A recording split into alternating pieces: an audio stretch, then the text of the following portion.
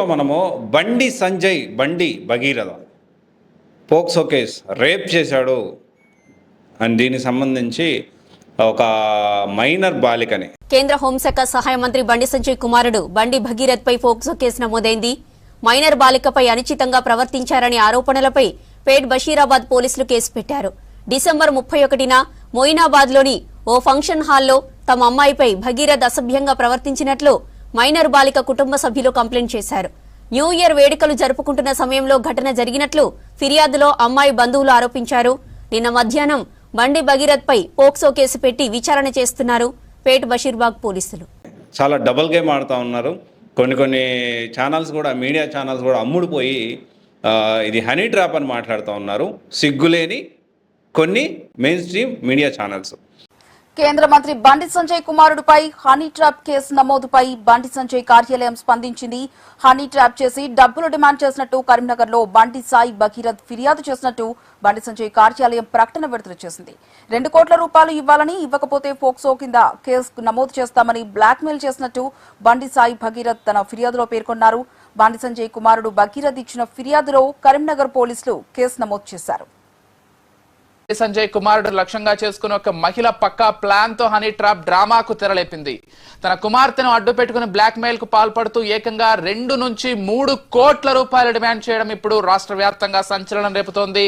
ఒక సినిమా కథను తలపించేలా లేని పోక్సో కేసును ఆపాదిస్తామని బెదిరిస్తూ కేంద్ర సహాయ మంత్రి బండి సంజయ్ కొడుకును లొంగదీసుకునే ప్రయత్నం బయటపడింది.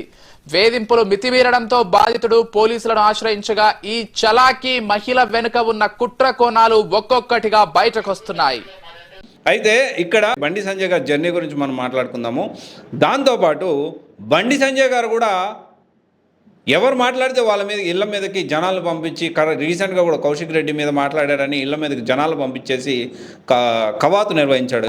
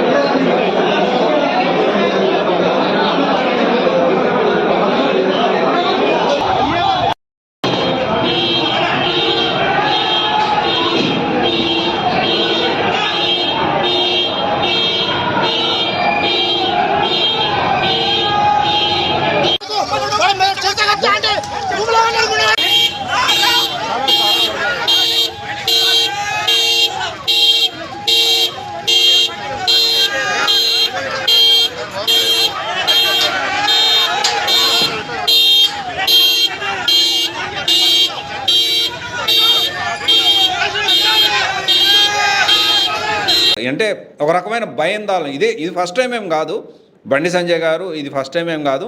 అంతకుముందు కూడా బండి సంజయ్ గారు ఇదే విధంగా చాలామంది అంటే ఎవరు మాట్లాడినా వాళ్ళ మీద దాడి చేసే ప్రయత్నం, అంటే ఒక రౌడీ లాగా బిహేవ్ చేసిన సందర్భాలు మనం చాలాసార్లు చూసాం. అయితే ఇది అంటారు చూడు, ఆవు చేలో మేస్తే దూడ గట్టును మేస్తుందా, చేలోనే మేస్తుంది అలాగుంది పరిస్థితి. అయితే ఈ డీటెయిల్గా అసలు ఏమేమి కేసులో అంటే దానికి సంబంధించిన ఎఫ్ఐఆర్లో ముఖ్యమైన అంశాల గురించి మనం మాట్లాడుకోవడానికి ప్రయత్నం చేద్దాము.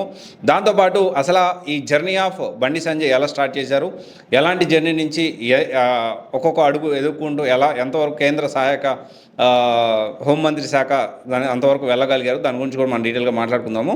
So RSS background, Born on 1971 కరీంనగర్లో చాలా చిన్న ఏజ్ నుంచే ఆర్ఎస్ఎస్లో చాలా యాక్టివ్గా పార్టిసిపేట్ చేశారు. తర్వాత ABVP which is alliance to అంటే ఆర్ఎస్ఎస్కి సంబంధించి, తర్వాత బీజేపీలో జాయిన్ అయ్యారు. 2019లో బీఆర్ఎస్ లీడర్ని ఓడించి లోక్సభ సీటు కైవసం చేసుకున్నారు. అండ్ ఆ తర్వాత 2 మార్చ్ 2020 బీజేపీ తెలంగాణ స్టేట్ ప్రెసిడెంట్గా, 2023 నేషనల్ జనరల్ సెక్రటరీగా బీజేపీకి సంబంధించి, తర్వాత 2024 కేంద్ర సహాయ హోంమంత్రిత్వ శాఖకి అయ్యారు. తర్వాత మనం బండి సంజయ్ గారు ఎక్కడ బాగా ఫేమస్ అయ్యారు అంటే హిందుత్వాన్ని జై శ్రీరామ్ జై శ్రీరామ్ నిన్న కూడా జై శ్రీరామ్ జై శ్రీరామ్ జై శ్రీరామ్ అంటూ జై శ్రీరామ్ జై శ్రీరామ్ రామ లక్ష్మణ జానకి రామ లక్ష్మణ జానకి జై శ్రీరామ్. తప్పుదో అంటే ఇప్పుడు తప్పు చేసి జై శ్రీరామ్ అంటే నడుస్తుందా? అంటే మీరు కాదు, మీ అబ్బాయి తప్పు చేసి జై శ్రీరామ్ అంటే నడుస్తుందా? ఇదే పోక్సో కేసు సామాన్య ప్రజల మీద పెట్టుంటే సిచ్యువేషన్ ఎలాగుండేది? అయితే దీనికి సంబంధించి ఈ బండి భగీరథ అనే వ్యక్తి ఇంతకుముందు కూడా చాలా లకారాలు వాడుతూ అంటే మాట్లాడుతూ ఉన్నారు. ఇది వేరే అమ్మాయిని ఎవరో ఏడిపిస్తున్నారని చెప్పి ఈడెవడు కొట్టడానికి, చట్టం చేతిలో తీసుకోవడానికి బండి భగీరథ చట్టం ఆయన చుట్టమా? ఒకవేళ నిజంగా అమ్మాయిని ఏడిపిస్తే పోయి కేసు పెట్టాలి, లేదా కంప్లైంట్ ఇవ్వాలి, చట్ట ప్రకారం శిక్షించాలి. ఆయన వీడియోస్ చూడండి, తాగుతూ ఊగుతూ మత్తులో మైకంలో చాలా వీడియోస్ బయటకు వచ్చాయి. నేను చెప్తున్నా ఆయన వేరు ఆయన వదిలిపెట్టి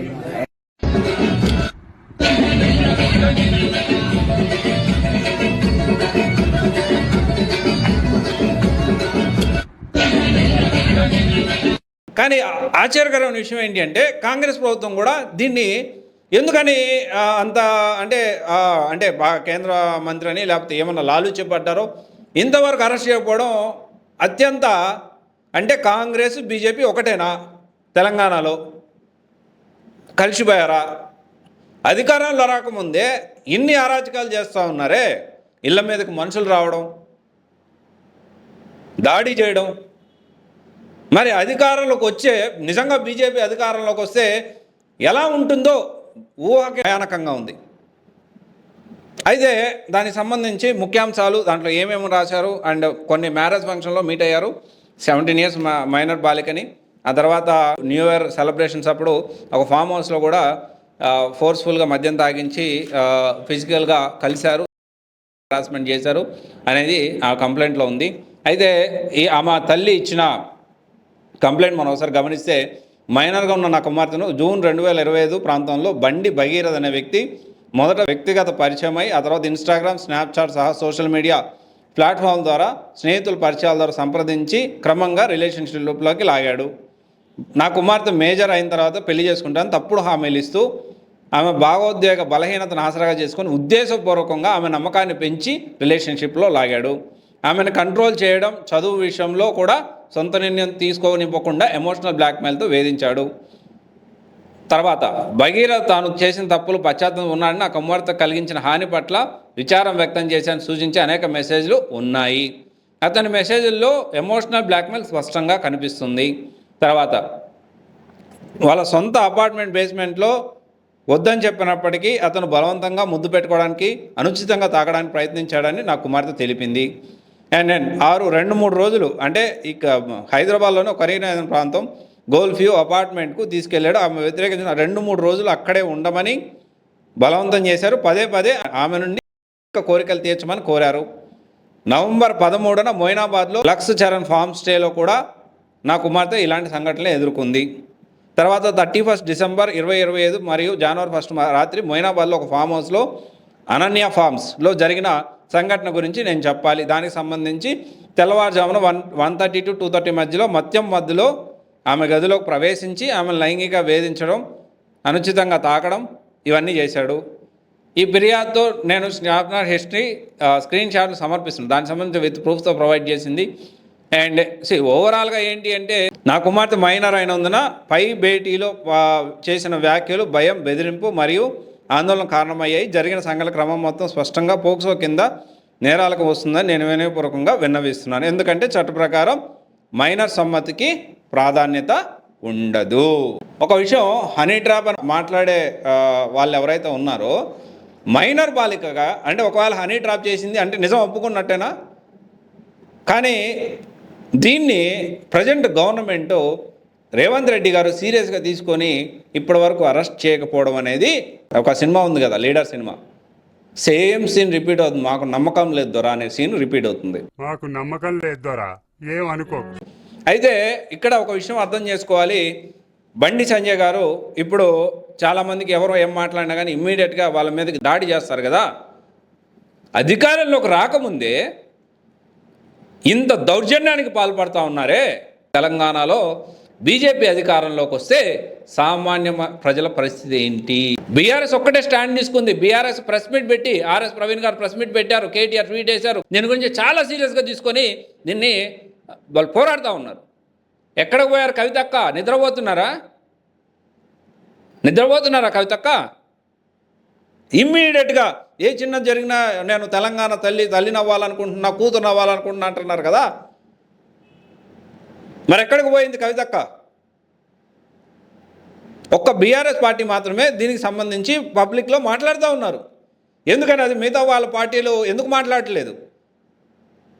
కాంగ్రెస్ కావచ్చు, లేకపోతే బీజేపీ కావచ్చు, బీజేపీలో ఒక లీడర్ మాట్లాడుతున్నారు. అది వాళ్ళ వ్యక్తి పర్సనల్ విషయం. ఎట్లా అవుతుంది? పర్సనల్ విషయమా? కన్నీళ్ళు, దొంగ కన్నీళ్ళు, ముసలి కన్నీళ్ళు కారుస్తున్న బండి సంజయ్ గారు ఫస్ట్ మీ కొడుకుని తీసుకొచ్చి పోలీస్ స్టేషన్లో అప్పచెప్పండి. ఇంకెంతకాలం ఈ అరాచకాలు? రాజరికంలో లేం మనం. బలమైన రాజ్యాంగం, చట్టాలు, బలమైన చట్టాలు. డబ్బున్నోడికి ఒక చట్టం, పదవి అధికారం ఉన్నోడికి ఒక చట్టం, డబ్బు లేనోడికి ఒక చట్టం కాదు ఇక్కడ. ప్రజలందరూ, తెలంగాణ ప్రజలందరూ దీన్ని గమనించాలి. ఇప్పుడు కూడా గుడ్డిగా ఏ తప్పు చేసినా జై శ్రీరామ్ అంటే నడుస్తుంది అంటే కాదు కదా. జై శ్రీరామ్, తప్పు చేయనన్నా నువ్వు అక్కడే నీకు కనిపిస్తూ ఉంది. కులం, మతం అడ్డం పెట్టుకొని రాజకీయాలు చేయడం ఇకనైనా మానాలి. ఆడపిల్ల ఎవరింట్లో అయినా ఆడపిల్లే. మైనర్ బాలిక ఇది చేయడం 100% తప్పు అని నాకు అనిపిస్తూ ఉంది. లేదు తప్పేం కాదు అని అనిపించేవాళ్ళు మీరు కామెంట్ రూపంలో తెలియజేయచ్చు. జై శ్రీరామ్. Thank you. జై శ్రీరామ్, జై శ్రీరామ్.